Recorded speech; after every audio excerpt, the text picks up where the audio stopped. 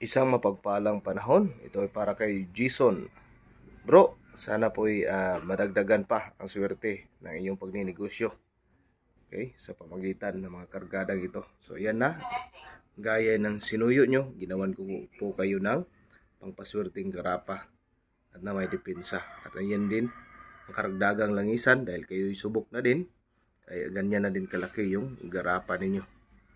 Okay, pagkatapos yung request niyo na 5-in-1 na pinagsamang salsagan, gumamilasilis, baging na may krus, bahay at puyas ay pinag-isa natin. At ito yung request niyo na baon sa mataas ang bibig na may orasyon ng Diyos Ama, Agila, 1 18, 2 18, Haring Bakal kontra ambos at ang kopya ng 24.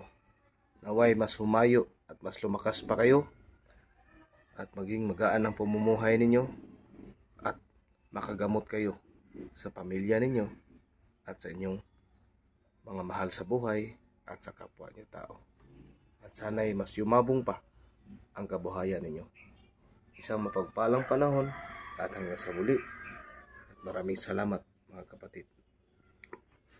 Para ito sa inyo, kapatid na Jason at saka Ira.